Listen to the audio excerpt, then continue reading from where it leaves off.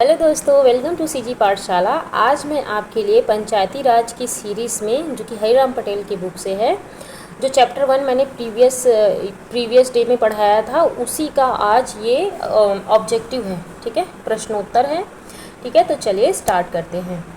पहला क्वेश्चन है, सूची 1 को सूची 2 से सुमेलित करना है और बताना है कि किसमें कितने न्यूनतम सदस्य संख्या है। मतलब ग्राम पंचायत, जनपद पंचायत, जिला पंचायत में कितने हो सकते हैं। तो ग्राम पंचायत में होता कौन है, किससे मिलके सदस्य मिलके बनता है ग्राम पंचायत?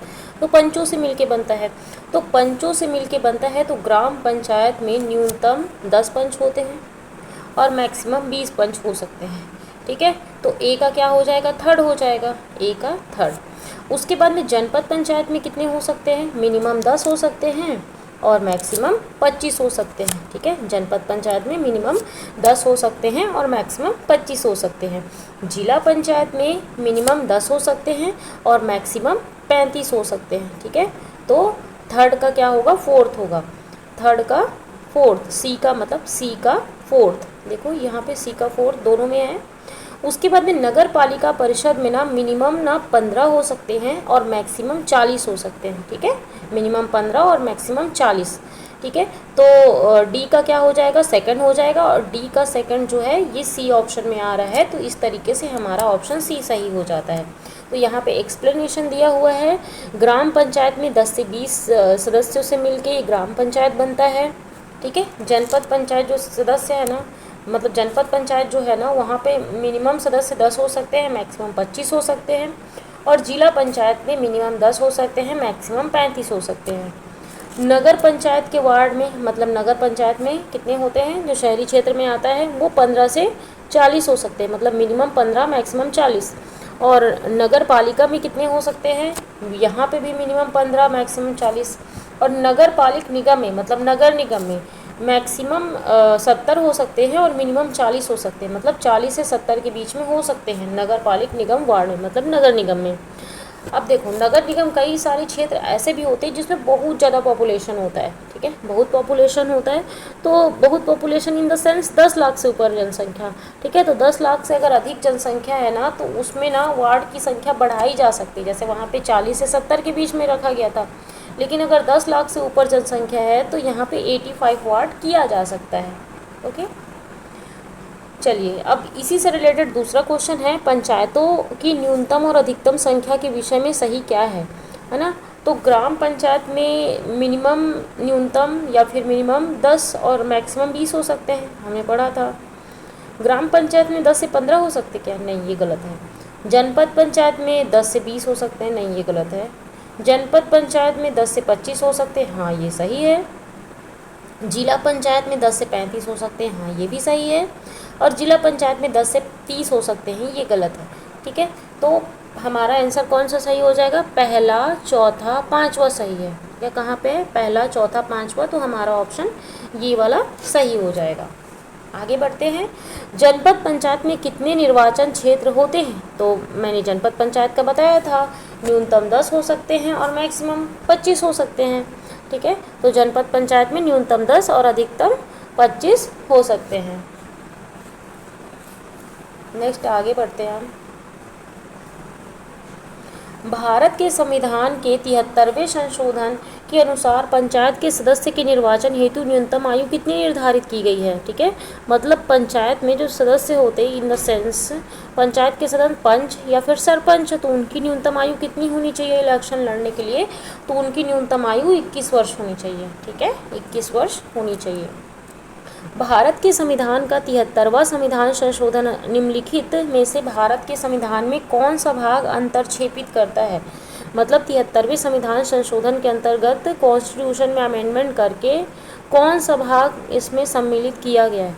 तो भाग 9 सम्मिलित किया गया है। ठीक है, 73वें संविधान संशोधन में भाग 9 और 74वें संविधान संशोधन में भाग 9A। ठीक है, 73वें संविधान संशोधन के तहत पंचायती राज को भारतीय संविधान के भाग 9 को अंतर्क्षेपित कर अनुच्छेद 243 के अंतर्गत, कौन सा अनुच्छेद, अनुच्छेद 243 के अंतर्गत अनुच्छेद 243A से अनुच्छेद 243O तक, कहाँ से, ए से लेके ओ तक, 15 उपअनुच्छेद जोड़ा गया है। ठीक है, 15 उपअनुच्छेद जोड़ा गया है तथा अनुसूची 11 को जोड़कर उसके अंतर्गत, मतलब अनुसूची 11 जोड़ा गया है, भाग 9 उसके अंतर्गत 243 आर्टिकल के अंतर्गत 243 ए से 243 ओ तक, उसमें 15 उपअनुच्छेद और साथ ही साथ में शेड्यूल भी जोड़ा दिया गया। पहले 8 शेड्यूल थे, तो बाकी धीरे धीरे ऐसे ही बढ़ा, तो 11वें शेड्यूल में ये जोड़ा गया। ठीक है, 73वें संविधान संशोधन, और इसमें 29 विषय पर, सब्जेक्ट पर गांव को कानून बनाने का अधिकार होगा। ठीक है, आगे बढ़ते हैं। यदि ग्राम पंचायत की ग्राम सभाओं के मध्य मतभेद हो तो उस विषय पर निर्णय कौन करेगा? तो ग्राम पंचायत की ग्राम सभा के मध्य बोल रहा है। ठीक है, यहाँ पे ध्यान देने की बात है, ग्राम सभा। तो ग्राम सभा में, क्योंकि ग्राम सभा सबसे निम्न इकाई है और 243A में ग्राम सभा दिया हुआ है, तो ग्राम सभा में ना ग्राम पंचायतों का संयुक्त सम्मेलन के थ्रू अगर कोई मतभेद होता है तो उसको सुधारेंगे, क्योंकि एक ग्राम पंचायत में एक से अधिक ग्राम सभा हो सकती है, तो उनमें अगर दिक्कत होता है, अगर मतभेद हो जाता है तो संयुक्त सम्मेलन बुला लेंगे और उसको सॉल्व कर लेंगे। ग्राम पंचायत की ग्राम सभाओं के मध्य मतभेद हो तो उस विषय पर निर्णय ग्राम सभाओं का संयुक्त सम्मेलन के द्वारा किया जाता है। नेक्स्ट है क्वेश्चन 7, किसी ग्राम सभा की गणपूर्ति के विषय में सही क्या है? ठीक है, तो गणपूर्ति के विषय में सही क्या है? तो ग्राम सभा की कुल संख्या का 1/10, हाँ ये तो सही है, गणपूर्ति ग्राम सभा में 1/10 होनी चाहिए। ठीक है, 100 में से 10%। उसके बाद ग्राम सभा की कुल संख्या का 1/3, नहीं ये तो गलत है। ग्राम सभा की कुल संख्या का 1/2, नहीं ये भी गलत है। ग्राम सभा में उपस्थित संख्या में 1/10 महिला, ये भी गलत है, महिला 1/3 होती है। ग्राम सभा में उपस्थित संख्या में 1/3 महिला, ये सही है। ठीक है, और ग्राम सभा में उपस्थित संख्या में 1/2 महिला, ये भी गलत है। और लास्ट बोला है सरपंच और पंच गणपूर्ति के लिए जवाबदाही होते हैं, तो ये एकदम सही है। तो कौन कौन सा सही है? पहला, 5वां और 7वां सही है। तो कौन सा हमारा आंसर हो जाएगा? डी, हमारा ऑप्शन डी हो जाएगा, जो कि डी ऑप्शन सही है। ओके, आगे बढ़ते हैं।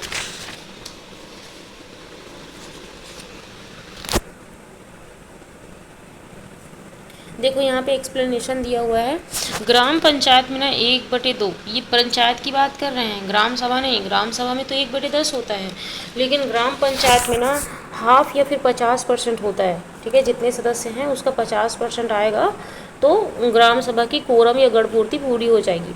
जनपद पंचायत में 1/3 है, जिला पंचायत में 1/3 है। ठीक है, और ग्राम सभा में 1/10 है गणपूर्ति। ठीक है, अनुसूचित क्षेत्र की ग्राम सभा में ना, जैसे अनुसूचित क्षेत्र है वहाँ पे, और वहाँ पे ग्राम सभा की गणपूर्ति 1/10 नहीं होगी, क्या होगी? वहाँ पे कुल सदस्य संख्या का 1/3 होगा, मतलब 33% होगा। ग्राम सभा महिला सदस्यों की न्यूनतम उपस्थिति कुल सदस्य का, मतलब कि जितना टोटल हैं, सपोज अगर 1/10 आ रहे हैं तो 100 में से अगर 10 मेंबर आ रहे हैं तो वो 10 में 3 महिला होनी चाहिए। ठीक है, तो ये गणपूर्ति होगी कि टोटल जितना लिया गया आरक्षण उसके अंतर्गत महिला होनी चाहिए। सूची 1 को सूची 2 से मिलान कीजिए और दिए गए कोड से सही उत्तर चुनिए। ठीक है, तो यहाँ पे बताना है कि कितना कितना किसका पैसा क्या है करके कितना है। तो ये ना 2018 में आया हुआ था, और जो कि अभी ये लागू नहीं होता है, तो हमको गलत चीज़ को पढ़ने, मतलब जो रॉन्ग है उसको नहीं पढ़ना चाहिए, बल्कि जो राइट है, जो अभी के टाइम में चल रहा है, उसको हमको देख लेना चाहिए। तो ये क्वेश्चन का एक्सप्लेनेशन देख लेते हैं। उम्मीदवारों की जमानत राशि ना वर्तमान में कितना है? पंच का ना अनारक्षित वर्ग है तो उसको 50 रुपये देना पड़ता है। ठीक है, जमानत राशि के तौर पे जमा कराना पड़ता है अगर आपको इलेक्शन लड़ना है तो। और उसी तरीके से आरक्षित वर्ग है ना, अगर पंच आरक्षित मतलब क्या? SC ST OBC व महिला वर्ग है ना, तो उसको आधा देना पड़ेगा, जस्ट 25 रुपये। यहाँ पे जितने भी दिए हैं उसका सबका आधा ही देना पड़ेगा आरक्षित वर्ग को, है ना। तो सरपंच का 1000 रुपये, 1000 जमा कराना पड़ेगा। पंच को 50 रुपये, जनपद पंचायत सदस्य को जस्ट डबल 2000 रुपये, जिला पंचायत को जनपद पंचायत का डबल 4000 रुपये, है ना। तो इस तरीके से, और आरक्षित वर्ग में क्या होगा? जस्ट हाफ हो जाएगा, जैसे सरपंच का 500 रुपये, जनपद पंचायत सदस्य का 1000 रुपये और जिला पंचायत सदस्य का 2000 रुपये। ठीक है, अब नगर पंचायत के पार्षद को देख लेते हैं। तो नगर पंचायत का जो पार्षद है ना, उसको ना 1000 रुपये जमा कराना पड़ता है। कितना? 1,000 रुपये जमा कराना पड़ता है, और आरक्षित वर्ग है तो उसको 500 रुपये जमा कराना पड़ता है। नगर पालिका है ना उसको 3,000 देना पड़ता है, और नगर निगम है ना उसको 5,000 रुपये का, मतलब नगर निगम अगर कोई क्षेत्र है और वहाँ का कोई पार्षद है तो उसको अगर चुनाव लड़ना है और वो अनारक्षित वर्ग का है तो उसको 5,000 रुपये जमा कराने पड़ेंगे, और अगर वो आरक्षित वर्ग है तो उनको 2,500 रुपये जमा कराने पड़ेंगे। और नगर पालिका में उनको अनारक्षित है तो 3,000 रुपये, और आरक्षित है तो 1,500 रुपये, और नगर पंचायत में पार्षद अगर है तो उसमें 1,000 रुपये जमा कराना पड़ेगा, और आरक्षित वर्ग है तो 500 रुपये। ठीक है। यदि एक ग्राम पंचायत की ग्राम सभाओं के मध्य किसी विषय में मत विभिन्नता आ जाए तो इसे कैसे हल किया जाता है? तो ग्राम पंचायत की ग्राम सभाओं, फिर से ग्राम सभा की बात की गई है, और मैंने ये क्वेश्चन पहले भी बताया था। तो ग्राम सभा में अगर मतभेद हो गया तो क्या करेंगे? संयुक्त बैठक से हल किया जाएगा। तो ग्राम सभाओं की संयुक्त बैठक में इसे हल किया जाएगा। तो सी इसका ऑप्शन हो जाए, सही हो जाए। ठीक है, आगे बढ़ते हैं।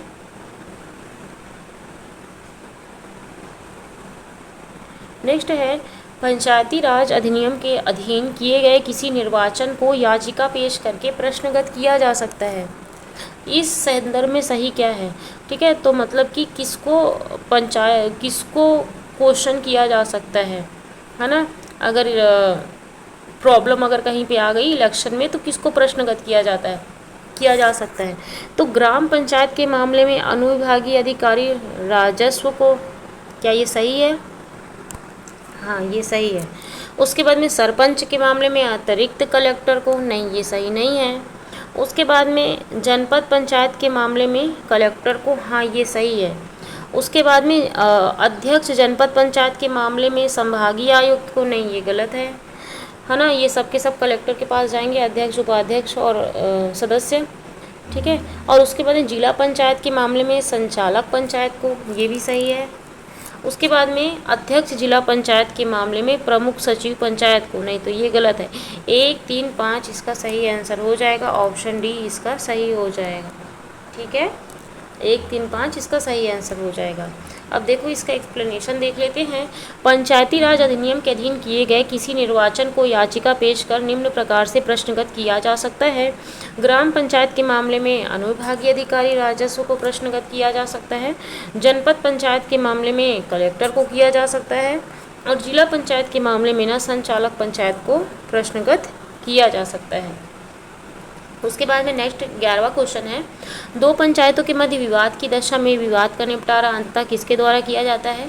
तो दो पंचायत हैं, ठीक है, दो पंचायतों के मध्य अगर विवाद हो जाता है तो किसके द्वारा किया जाएगा? कलेक्टर के द्वारा, अनुविभागीय अधिकारी के द्वारा, राज्य शासन के द्वारा, या भी जिला पंचायत के द्वारा? तो राज्य शासन के द्वारा किया जाएगा, क्योंकि दो पंचायत हैं। यहाँ पे ग्राम सभा होता तो यहाँ पे संयुक्त सम्मेलन होता, लेकिन दो पंचायत के मध्य अगर विवाद हो जाए तो राज्य शासन इसको निपटारा करेगी। ठीक है, तो दो पंचायतों के मध्य विवाद की दशा में विवाद का निपटारा राज्य शासन के द्वारा किया जाता है। नेक्स्ट 12वां क्वेश्चन है, निम्नलिखित में से क्या सही है? एक मतदाता पंच और सरपंच का चुनाव एक साथ लड़ सकता है? लड़ सकता है क्या एक मतदाता पंच और सरपंच का चुनाव एक साथ? हाँ, लड़ सकता है। नेक्स्ट है, एक मतदाता दो वार्डों से पंच का चुनाव लड़ सकता है? नहीं, ये गलत है, दो वार्डों से पंच का चुनाव नहीं लड़ा जा सकता। एक मतदाता दो ग्राम पंचायतों से सरपंच का चुनाव लड़ सकता है? नहीं, नहीं लड़ सकता। दो पोस्ट में सरपंच का चुनाव नहीं लड़ सकता। एक मतदाता सरपंच और जनपद पंचायत सदस्य का चुनाव एक साथ लड़ सकता है? तो हाँ, ये लड़ सकता है। ठीक है, सरपंच है और जनपद पंचायत दो अलग अलग पोस्ट हैं, तो इसमें लड़ सकता है। एक मतदाता जनपद पंचायत सदस्य एवं जिला पंचायत सदस्य का चुनाव एक साथ लड़ सकता है, तो ये भी सही है। ठीक है, लड़ सकता है। एक मतदाता दो निर्वाचन क्षेत्रों से जनपद पंचायत सदस्य का चुनाव लड़ सकता है, तो अगर वो एक ही सेम पोस्ट है तो उसमें नहीं लड़ सकता। एक मतदाता दो निर्वाचन क्षेत्रों से जिला पंचायत सदस्य का चुनाव लड़ सकता है, तो ये भी गलत है, क्योंकि वो एक ही पोस्ट है तो नहीं लड़ सकता। एक मतदाता सरपंच और जिला पंचायत का सदस्य का चुनाव एक साथ लड़ सकता है, सरपंच और जिला पंचायत का। ठीक है, तो ये लड़ सकता है। ठीक है, तो कौन कौन सा हमारा आंसर सही हो जाएगा? पहला सही है, चौथा सही है, पांचवा सही है और आठवां सही है, तो हमारा आंसर हो जाएगा ई इसका राइट आंसर हो जाएगा। देखो अब यहाँ पे एक्सप्लेनेशन दिया हुआ है। एक साथ चुनाव कौन लड़ सकते हैं, कौन कौन लड़ सकते हैं? पंच और सरपंच का चुनाव एक साथ लड़ सकते हैं, पंच और जनपद पंचायत सदस्य का चुनाव एक साथ लड़ सकते हैं, पंच और जिला पंचायत सदस्य का चुनाव एक साथ लड़ सकते हैं, ठीक है। और सरपंच और जनपद पंचायत का चुनाव एक साथ लड़ सकते हैं, सरपंच और जिला पंचायत का एक साथ चुनाव लड़ सकते हैं सदस्य का, और जनपद पंचायत सदस्य और जिला पंचायत सदस्य का चुनाव एक साथ लड़ सकते हैं, ठीक है। एक साथ चुनाव नहीं लड़ा जा सकता तो क्या क्या? 2 ग्राम पंचायतों में से सरपंच का चुनाव एक साथ नहीं लड़ा जा सकता, ठीक है, क्योंकि 2 ग्राम पंचायत है और उसमें से दोनों जगह से सरपंच का चुनाव नहीं लड़ सकते। एक ग्राम पंचायत के 2 वार्डों से चुनाव नहीं लड़ सकते, 2 निर्वाचन क्षेत्रों से जनपद पंचायत सदस्य का चुनाव नहीं लड़ सकते, और 2 निर्वाचन क्षेत्रों से जिला पंचायत का सदस्य का चुनाव नहीं लड़ा जा सकता, ठीक है। तो इस तरीके से आपको याद रखना है। त्रिस्तरीय पंचायती राज के 3 स्तरों में कौन सा एक स्तर नहीं है? तो जिला पंचायत है, जनपद पंचायत है, ग्राम पंचायत है, ठीक है, त्रिस्तरीय पंचायती राज में है, लेकिन ग्राम सभा नहीं है। ग्राम सभा के बारे में बताया तो गया है, लेकिन ग्राम सभा त्रिस्तरीय पंचायती राज में पिलर में ये पिलर नहीं है, ठीक है, ठीक है। उसके बाद में ना देखो, अब इसको बोला क्या जाता है, ग्राम स्तर में भारत में ग्राम पंचायत बोला जाता है, लेकिन छत्तीसगढ़ में भी ग्राम पंचायत ही बोला जाता है, कोई डिफरेंस नहीं है। बस जनपद पंचायत में थोड़ा सा अलग हो जाता है, हमारे यहाँ पे जनपद बोला जाता है और भारत में पंचायत समिति बोला जाता है, और जिला स्तर में जिला परिषद बोला जाता है, और हमारे यहाँ पे जिला पंचायत बोला जाता है। तो हमारे यहाँ पे पंचायत लगा हुआ है, ग्राम पंचायत, जनपद पंचायत, जिला पंचायत, और भारत में ग्राम पंचायत, पंचायत समिति और जिला परिषद लगा हुआ है, ठीक है। तो ये 3 स्तर हो जाते हैं। यदि पंचायत और छावनी बोर्ड के मध्य विवाद हो तो अंतिम निर्णय कौन लेगा? ठीक है, तो देखो छावनी बोर्ड मतलब मैं आपको प्रीवियस क्लास में बताई थी, छावनी मतलब होता है कि जहाँ पे पुलिस वगैरह रहती हैं, ठीक है, वो पूरा एरिया। तो अगर पंचायत और छावनी बोर्ड के मध्य ना विवाद हो गया ना, तो ये थोड़ा बड़ा लेवल का विवाद है। तो यहाँ पे क्या होगा, राज्य सरकार तो सॉल्व करेगी, लेकिन केंद्र सरकार के अनुमोदन के अधीन रहेंगे, ठीक है, जैसा वो बोलेंगे उसके अकॉर्डिंग करेंगे। राज्य सरकार तो सॉल्व करेंगे, लेकिन केंद्र सरकार के अनुमोदन के अधीन होगा, ओके। यदि पंचायत और छावनी बोर्ड के मध्य विवाद हो तो अंतिम निर्णय राज्य सरकार केंद्र सरकार के अनुमोदन के अधीन होगा। नेक्स्ट है, पंचायत संस्थाओं में लोक सेवक कौन है? कौन है लोक सेवक? पंच और सरपंच है, हाँ लोक सेवक हैं। जनपद और जिला पंचायत के सदस्य लोक सेवक हैं, हाँ हैं। जनपद जिला पंचायत के अध्यक्ष हैं, वो भी हैं। सरपंचायत सचिव हैं, हाँ वो भी हैं। जनपद जिला पंचायत का मुख्य कार्यपालन अधिकारी हैं, हाँ वो भी हैं। तो ये तो सब सही हो गया, लेकिन यहाँ पे ऑप्शन दिया है, तो ये ऑप्शन क्या हो जाएगा, गलत हो जाएगा, विलोपित हो जाएगा, ठीक है। सब के सब इसमें से हैं, तो इसमें से राइट आंसर क्या होगा, इनमें से कोई नहीं।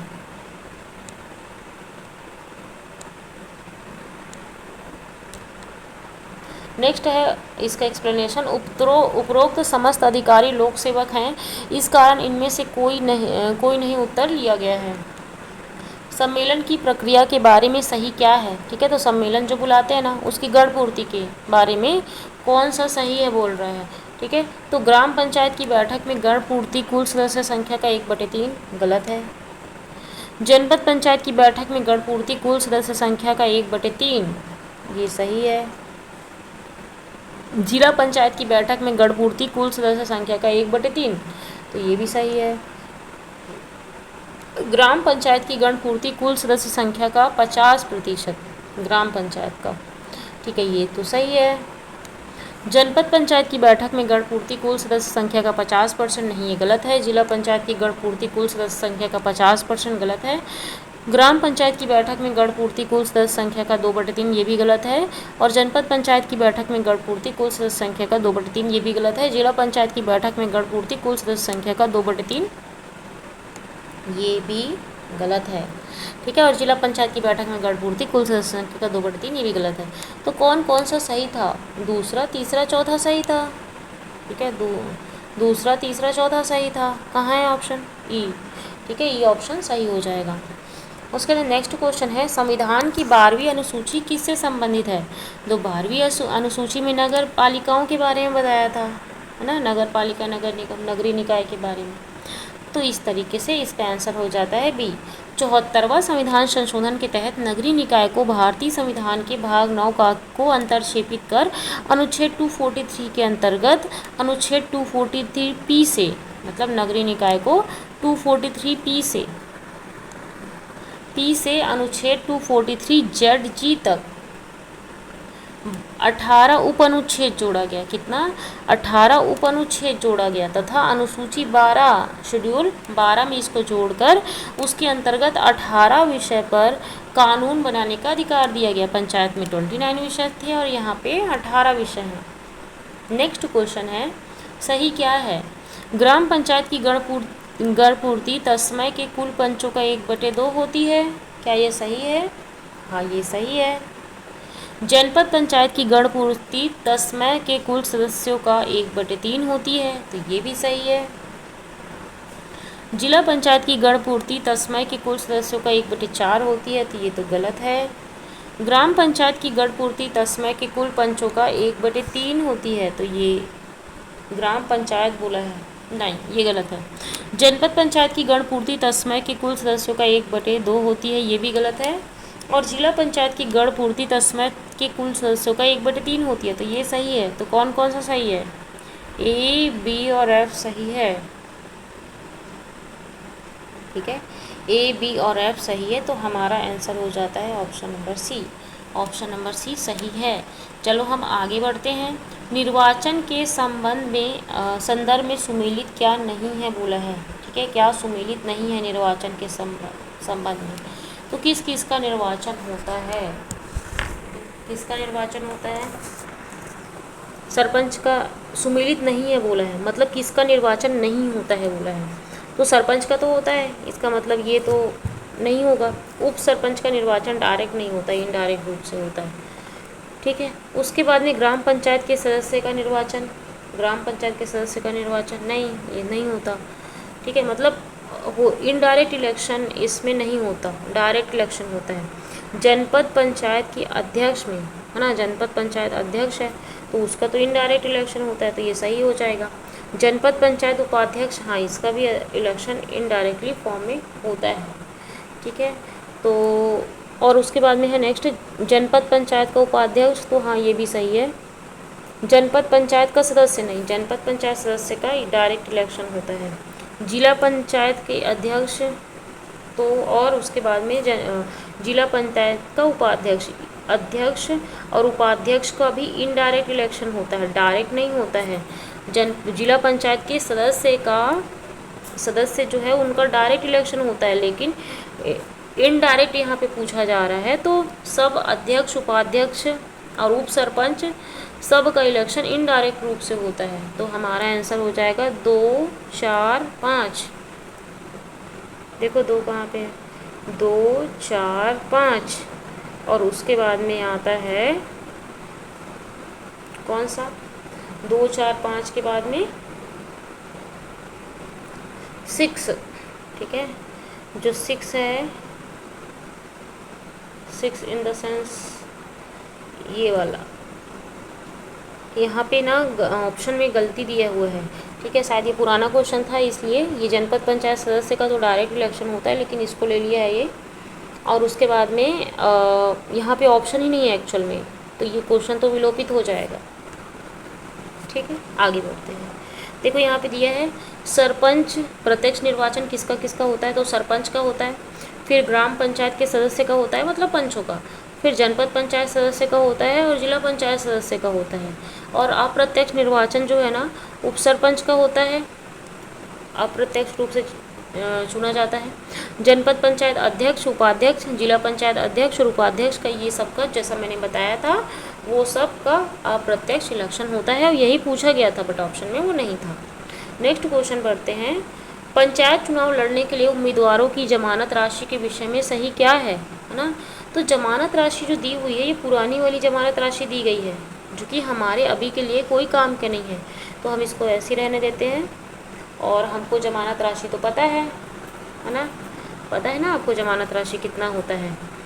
पंच के लिए कितना जमानत राशि देना पड़ता है, 50 रुपये। और महिला पंच उम्मीदवार है तो उसको 25 रुपये देना पड़ेगा, है ना। और सरपंच के लिए कितना देना पड़ता है, सरपंच के लिए 1000, अनारक्षित है तो 1000, है ना। लेकिन उसके बाद में अगर वो आरक्षित है तो उसके लिए 500 रुपये। उसके बाद में जनपद पंचायत के लिए कितना देना पड़ता है, जनपद पंचायत के लिए हमको देना पड़ता है, जनपद पंचायत के लिए हम लोग को 2000 देना पड़ता है। उसके बाद में जिला पंचायत के लिए कितना देना पड़ता है, 4000 रुपये देना पड़ता है। तो बाकी सब चीज़ को आधा आधा कर देंगे आप आरक्षित अनारक्षित के लिए। तो लेकिन ये यहाँ पे जो डेटा दिया हुआ है वो पुराना है, तो अभी ये हमारे कोई काम का नहीं। पंचायत चुनाव में, नेक्स्ट क्वेश्चन है, पंचायत चुनाव में एक उम्मीदवार किन अभिकर्ताओं की नियुक्ति कर सकता है। तो मैंने ये भी बताया था, ठीक है, किन अभिकर्ताओं की नियुक्ति कर सकता है। तो चुनाव अभिकर्ता की कर सकता है क्या, कर सकता है। चुनाव अभिकर्ता की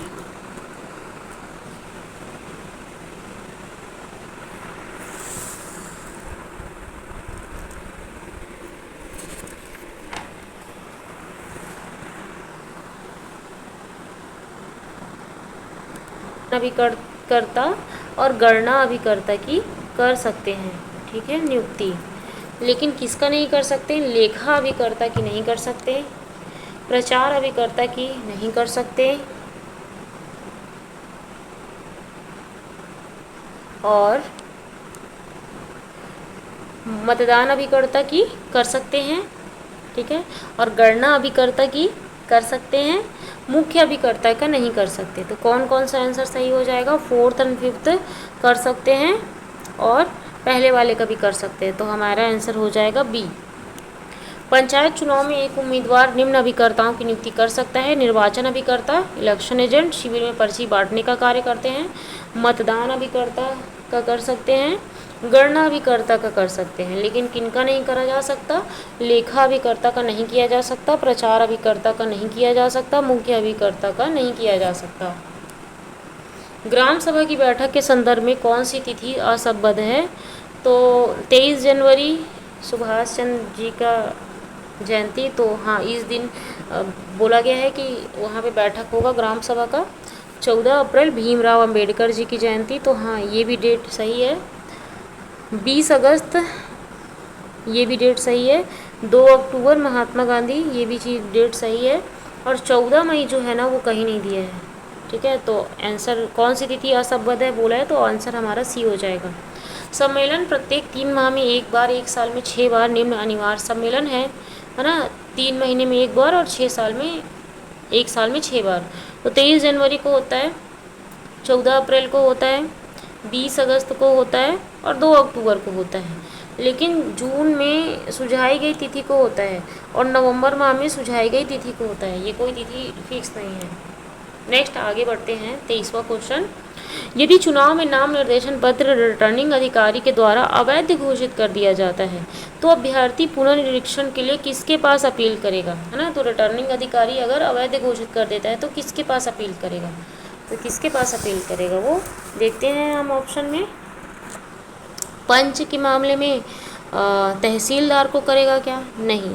पंच के मामले में अनुविभागीय अधिकारी राजस्व को करेगा, ठीक है, अनुविभागीय अधिकारी राजस्व को करेगा। सरपंच के मामले में तहसीलदार को करेगा, नहीं करेगा। सरपंच के मामले में भी अनुविभागीय अधिकारी राजस्व को करेगा। जनपद पंचायत के मामले में कलेक्टर को करता है, ठीक है, किसको करता है, कलेक्टर को करता है।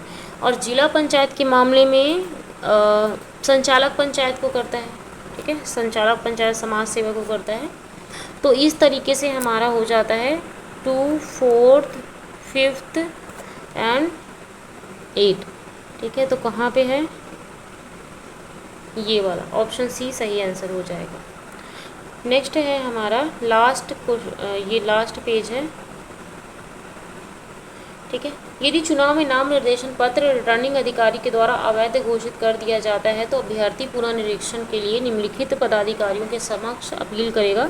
तो पंच के मामले में अनुविभागीय अधिकारी राजस्व, सरपंच के मामले में अनुविभागीय अधिकारी राजस्व, जनपद पंचायत के मामले में कलेक्टर और जिला पंचायत के मामले में संचालक पंचायत और समाज सेवा। नेक्स्ट क्वेश्चन है 14 क्वेश्चन, इनमें से कौन सुमेलित है? ठीक है, तो ग्राम पंचायत सही है, जनपद पंचायत सही है, जिला पंचायत सही है, लेकिन नगर पंचायत सही नहीं है। ठीक है, तो 1 2 3 सही है, तो ऑप्शन हमारा हो जाएगा सी। एक्सप्लेनेशन देख लेते हैं। पंचायती राज से संबंधित संस्था ग्राम पंचायत, जनपद पंचायत, जिला पंचायत। और नगरीय निकाय से संबंधित संस्था कौन होती है? नगर पंचायत, नगर पालिका परिषद, नगर पालिक निगम। नेक्स्ट क्वेश्चन है 15वां नंबर का, 25 नंबर का है ये। छत्तीसगढ़ पंचायती राज अधिनियम 1993 के अनुसार सरपंच पद हेतु न्यूनतम आयु कितनी निर्धारित की गई है? ठीक है, सरपंच पद हेतु, तो सरपंच पद हेतु 21 साल होना चाहिए एज, तभी वो चुनाव लड़ सकते हैं, पंच या सरपंच का। ओके, आगे बढ़ते हैं। पंचायत का प्रत्येक पदाधिकारी और उसका प्रत्येक अधिकारी या सेवक लोक सेवक होते हैं। हाँ, ये तो सही है। पंचायत का प्रत्येक पदाधिकारी और उसका प्रत्येक अधिकारी लोक सेवक होते हैं, ये एकदम सही है। ऑप्शन ए हमारा हो जाएगा सही, सब के सब लोक सेवक होते हैं। नेक्स्ट है, रायपुर में पंचायती राज से संबंधित गोलमेज सम्मेलन की तिथि क्या थी? ठीक है, गोलमेज सम्मेलन हुआ था रायपुर में, है ना, पंचायती राज से संबंधित, तो उसकी तिथि क्या थी? तो जून 2004 को हुआ, तो आपको ये याद रखने की ज़रूरत है, जून 2004 में प्रथम गोलमेज सम्मेलन हुआ था। ओके, तो चलिए यहीं पे हमारा जो हरिराम पटेल बुक का पंचायती राज का पहले चैप्टर का एमसीक्यू पूरा कंप्लीट हो जाता है 27 क्वेश्चन के साथ में। अब मैं नेक्स्ट चैप्टर जो पढ़ाऊँगी उसके बाद में फिर उसका एमसीक्यू लाऊंगी। तो अगर आप वीडियो में लास्ट तक बने हैं और आपको पसंद आता है तो ज़रूर लाइक शेयर एंड सब्सक्राइब ज़रूर कीजिएगा। Thank you.